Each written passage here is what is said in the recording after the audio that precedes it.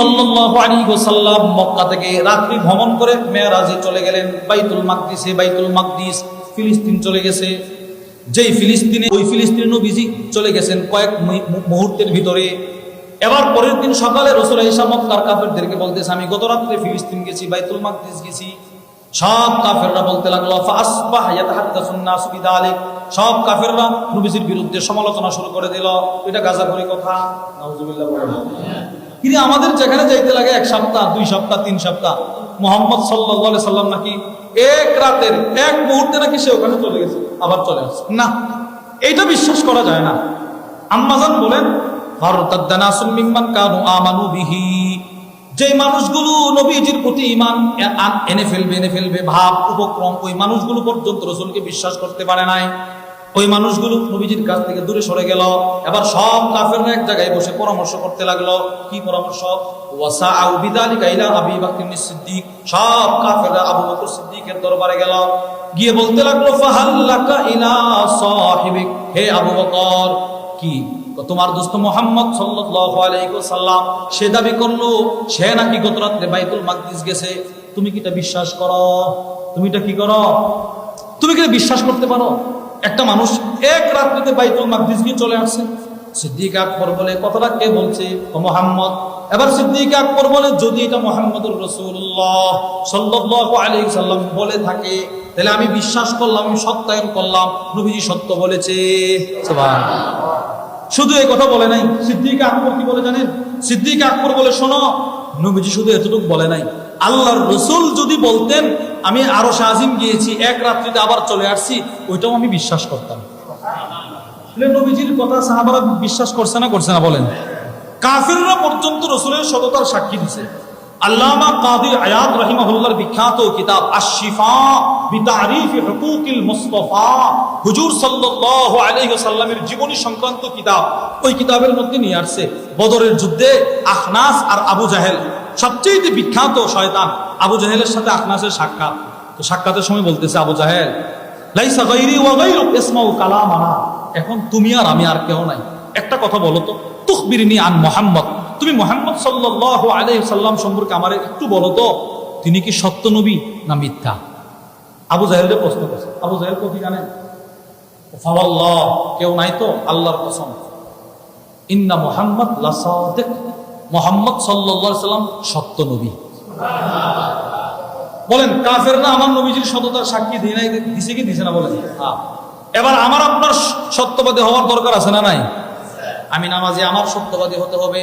আমি আলেম, আমার সত্যবাদী হতে হবে। আমি বক্তা, আমার সত্যবাদী হতে হবে। আমি শ্রোতা, আমারও সততার গুণ অর্জন করতে হবে। আমি ব্যবসায়ী, আমার ব্যবসার মধ্যে সততার গুণ থাকতে হবে না? হবে না? বলেন। কোন ব্যবসায়ী যদি ব্যবসার মধ্যে সততার গুণ নিয়ে আসে, রাসূল বলেন তার ব্যবসার মধ্যে আল্লাহর পক্ষ থেকে গায়েবী বরকত চলে আসবে। বুখারীর বর্ণনা, ক্বালা রাসূলুল্লাহ সাল্লাল্লাহু আলাইহি ওয়াসাল্লাম, আল্লাহর নবী বলেন, আল বাইআন বিল খিয়ার মা লাম ইয়াতাফাররাকা। রাসূল বলেন, ক্রেতা বিক্রেতার একটা স্বাধীনতা থাকবে পৃথক না হওয়া পর্যন্ত। আমার ভালো লাগে নাই, মালটা ফেরত নেন। আমার ভালো লাগে নাই, আপনার কাছে বিক্রি করব না, এটা স্বাধীনতা থাকবে পৃথক না হওয়া পর্যন্ত। এবার রাসূল বলেন, ফা ইন সাদাকা, ক্রেতাও যদি সত্য কথা বলে, বিক্রেতাও যদি সত্য কথা বলে, আল্লাহর রাসূল বলেন, বুরিকা লাহুমা ফি বাইইহিমা, আল্লাহ এদের কেনা বিচার মধ্যে বরকত দিয়ে দিবেন। এই হাদিসের ব্যাখ্যায় আল্লামা ইমাম বদরুদ্দিন আইনি বলেন, পৃথিবীর যেই ব্যবসায়ী সত্য কথা বলে বলে ব্যবসা করবে, আল্লাহ তার সম্পদ বাড়ায় দিবেন, সম্পদ বাড়ায় দিবেন, সম্পদ বাড়ায় দিবেন। পৃথিবীর যেই ক্রেতা সত্য কথা বলে বলে কোনো জিনিস কিনে টাকাটা একটু ছেঁড়া, আপনি এটা জানেন, খুব এটারে মলায়া দিয়ে দিচ্ছেন না যেন তিনি দেখেন না। আপনি দেওয়ার সময় যদি বলেন, ভাই দেখেন এই টাকাটা চলবে কিনা, একটু ছেঁড়া আছে, আপনি চালাইতে পারবেন কিনা, যদি এই কথাটা বলে দেন, ইমাম বদরুদ্দিন আইনি বলে, বাকি তোমার পকেটে যত টাকা আছে ওই টাকার মধ্যে আল্লাহ বরকত দিবে। আপনি একটা মাল বিক্রি করছেন, একটু দোষ আছে এটার মধ্যে, যদি এটা আপনি প্রকাশ করে ওর কাছে বিক্রি করেন, তো ইমাম বদরুদ্দিন আইনি বলে তোমার আরো যত পণ্য আছে ওইগুলোর মধ্যে আল্লাহ বরকত দিয়ে দিবে। আপনি বলেন, যত ব্যবসায়ী, যত অসাধু ব্যবসায়ী আছে, ওনারা এই কাজগুলো করে কিসের জন্য? মাল যেন না কমে। 1 কেজি 800 গ্রাম দিয়ে 1 কেজি বানায় ফেলে, কেন? মালটা যেন না কমে। আর রাসূল বলেন, তুমি 1 কেজি দাও, তোমার মাল কমবে না। এবার ব্যবসার মধ্যে সততা অবলম্বন করলে কি বরকত? বলেন, দুনিয়ারও বরকত। বলেন, আখিরাতেরও বরকত। দুনিয়ার বরকত কি? যেই ব্যবসায়ী ব্যবসার মধ্যে সততা অবলম্বন করবে, ওই ব্যবসায়ীর বংশের মধ্যে আল্লাহ বড় আলেম পয়দা করবে। ইমাম বুখারী রহিমাহুল্লাহর আব্বার ইন্তেকালের সময়, ইমাম বুখারী রহিমাহুল্লাহ, ইমাম বুখারীর নাম শুনছেন না? কত বড় ব্যক্তি ছিলেন। কোরআন শরীফের পরে সবচেয়ে দামি কিতাব পৃথিবীতে লিখা গেছে বুখারী শরীফ। ওনার আব্বার ইন্তেকালের সময় এক বিখ্যাত বুজুর্গ নাম আহমদ ইবনে হাফস সিয়ার ও আলামিন নুবালার মধ্যে আছে। উনি গেছেন ইয়াদাতুল মারিদ করার জন্য। মানুষ যখন সাকরাতে চলে যায় তখন মানুষ দেখতে যায়। তো ওনার আব্বার ইয়াদাতুল মারিজ করার জন্য ইমাম বুখারীর আব্বার কাছে গেছে। আহমদ ইবনে হাফস নামে একজন বুজুর্গ গিয়ে বলতেছে, কেমন লাগতেছে? খুব ভালো লাগতেছে। তো কেন? তো আমি আমার যত জীবনে যত টাকা উপার্জন করেছি, আল্লাহর কসম একটা টাকাও আমার হারাম নাই। হারাম তো নাই, এক টাকার মধ্যেও হারামের সন্দেহ নাই। আচ্ছা, এই কথা আপনি কেন বললেন? হতে পারে তিনি বলেছিলেন এই এক টাকা আমার হারাম না থাকার কারণে, আমার ব্যবসার মধ্যে হারাম না থাকার কারণে আল্লাহ আমার ঘরে ইমাম বুখারী দান করেছে। একদম সব ব্যবসায়ী বলেন বরকতে আল্লাহ এলাকা থেকে মুসিবত দূর করে দেয়। সুবহানাল্লাহ বলেন। বিশ্ববিখ্যাত কারি ছিলেন, ইলমুল কিরাতের ইমাম ছিলেন, নাম হলো হামজা ইবনে হাবিব। উনি একদিক দিয়ে কারি সাহেব, একদিক দিয়ে বড় বুজুর্গ, একদিক দিয়ে বড় মুহাদ্দিস, আবার ব্যবসায়ী। ইয়াজলিবুজ যাইতা মিনাল হুলওয়ান ইলাল কুফা, ইনি মিনাল কুফা ইলা হুলওয়ান, ইনি কুফা থেকে হুলওয়ান তেল বিক্রি করতেন, তেল বিক্রি করতেন। এবার তেল বিক্রি করার সময় ওয়াকান রফি আযিকরি, ইনি মালামাল বিক্রি করার সময় তাসবিহ পড়তেন, তাসবিহ। সুবহানাল্লাহ সুবহানাল্লাহ পড়েন, সুবহানাল্লাহ সুবহানাল্লাহ সুবহানাল্লাহ সুবহানাল্লাহ সুবহানাল্লাহ সুবহানাল্লাহ সুবহানাল্লাহ আলহামদুলিল্লাহ আলহামদুলিল্লাহ আলহামদুলিল্লাহ আলহামদুলিল্লাহ আল্লাহু আকবার আল্লাহু আকবার আল্লাহু আকবার আল্লাহু আকবার।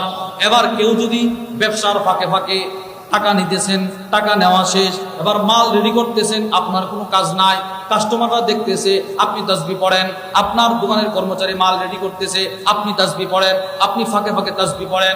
যদি আপনি তাসবিহ পড়েন, আপনার তাসবিহর বরকতে আপনার ব্যবসার প্রতিষ্ঠানে ইলেকট্রিক আগুন, আল্লাহর পক্ষ থেকে যত, শয়তানের পক্ষ থেকে যত বালা মুসিবত, ওই বালা মুসিবত দূর করার জন্য আপনার তাসবিহ যথেষ্ট। সুবহানাল্লাহ।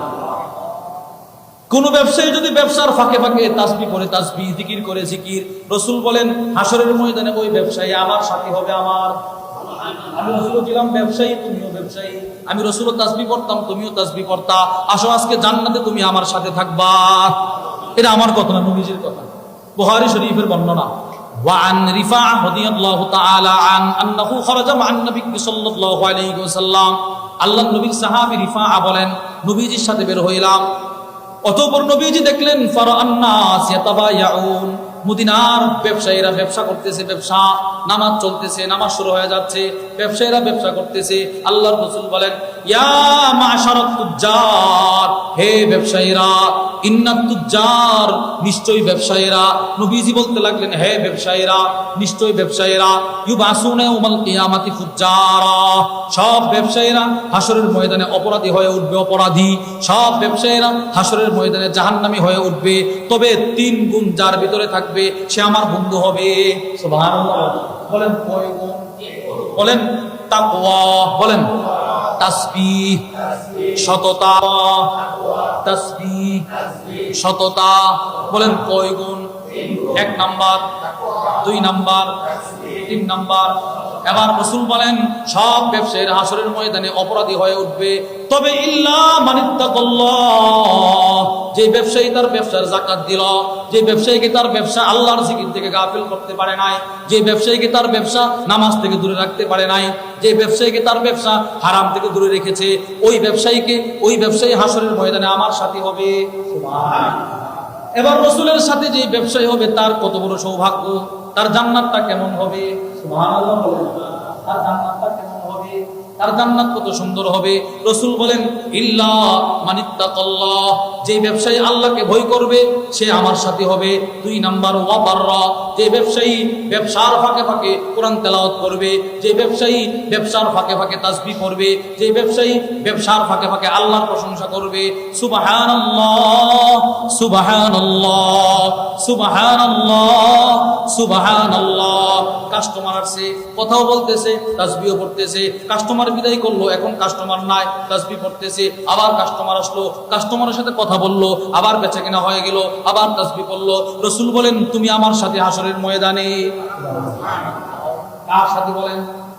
বলেন নবীজির সাথী। কার সাথী? তাহলে এবার রাসূল বলেন 1 নাম্বার 3 গুণ। 1 নাম্বার তাকওয়া, 2 নাম্বার তাসবিহ, 2 নাম্বার ইবাদত, 3 নাম্বার সাদাকা।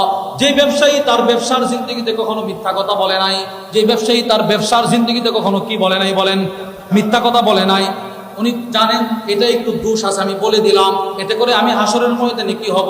রাসূল বলেন তুমি আমার বন্ধু হইবা। বলেন রাসূলের বন্ধু হব তো ইনশাআল্লাহ। তো রাসূলের বন্ধু হইলে সত্যবাদী হওয়ার দরকার আছে না নাই? এবার সত্যবাদী হব তো ইনশাআল্লাহ। ভাই দুনিয়ার হায়াত 30 বছর, 40 বছর, 60 বছর। 60 বছরের উপরে কেউ বাঁচলে আমরা বলি চাচা আপনার বয়স কত? 80। আশ্চর্য হয়ে যায়, আপনি 80 বছর? এই আশ্চর্য হওয়ার অর্থ কি? আরে আপনার তো আরো আগে মরা উচিত ছিল। মানে আমাদের কথার যে ধরন, আই সুবহানাল্লাহ 80 বছর আপনার বয়স, মাশাআল্লাহ, অনেক হায়াত পাইছেন, অনেক হায়াত পাইছেন। এর অর্থ